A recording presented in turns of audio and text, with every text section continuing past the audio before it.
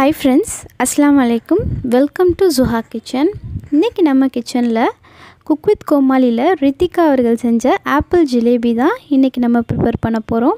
இதோட டேஸ்ட் பாத்தீங்கன்னா ரொம்ப சூப்பரா இருந்துச்சு.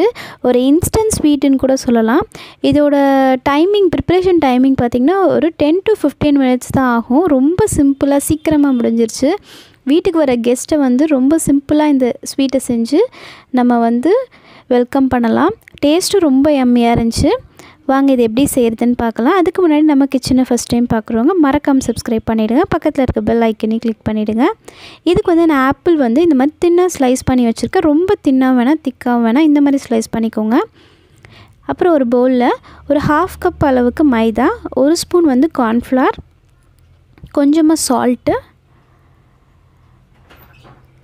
அப்புறமா கொஞ்சோண்டு பேக்கிங் சோடா இதெல்லாம் சேர்த்து நல்லா கலந்து விட்டுடலாம்.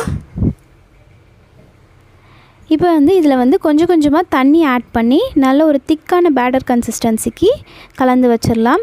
இதில் ஒரு புளிச்ச தயிர் ஒரு 2 டேபிள் ஸ்பூன் ஆட் பண்ணிக்கோங்க. நான் காட்ட மறந்துட்டேன். ஒரு திக்கான பேட்டர் கன்சிஸ்டன்சிக்கு வந்த பிறகு வச்சுருங்க அதை. இப்போ வேறு ஒரு பேனில் ஒரு 1/2 கப் அளவுக்கு சுகர் சேர்த்துக்கோங்க.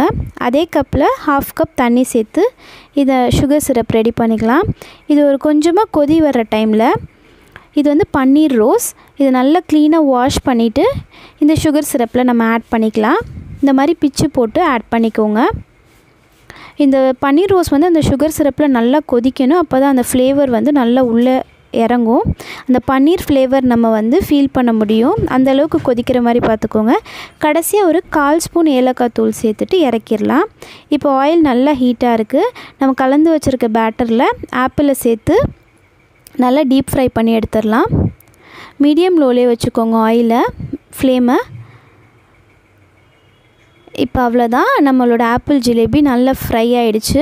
இப்போ இதை நம்ம ரெடி பண்ணி வச்சுருக்க சுகர் சிரப்பில் ஒரு 5 to 10 செகண்ட்ஸ் மட்டும் நம்ம ஊற வச்சு எடுத்தால் போதும். அதிக நேரம் ஊற வச்சிங்கன்னா ரொம்ப சாஃப்ட் ஆகிடும். அப்புறம் இன்னொரு இது பார்த்திங்கன்னா இதை சூடாக சர்வ் பண்ணுங்கள். அப்போ தான் அந்த நம்ம ஃப்ரை பண்ணி வச்சுருக்க அந்த கிறிஸ்பினஸ்ஸு உள்ளே இருக்கிற அந்த ஆப்பிளோட ஃப்ளேவரும் நல்லாயிருக்கும். கொஞ்சம் ஆறின பிறகு சர்வ் பண்ணிங்கன்னா அந்த மைதா சேர்த்தனால நம்மளோட அந்த சாப்பிடையில் ரொம்ப சாஃப்டாக மஷியாக இருக்கும். அதனால் சூடாக சர்வ் பண்ணையில் டேஸ்ட்டு ரொம்ப ரிச்சாக இருந்துச்சு. நான் ட்ரை பண்ணுற வரைக்கும் ரொம்ப யம்மியாக இருந்துச்சு டேஸ்ட்டு.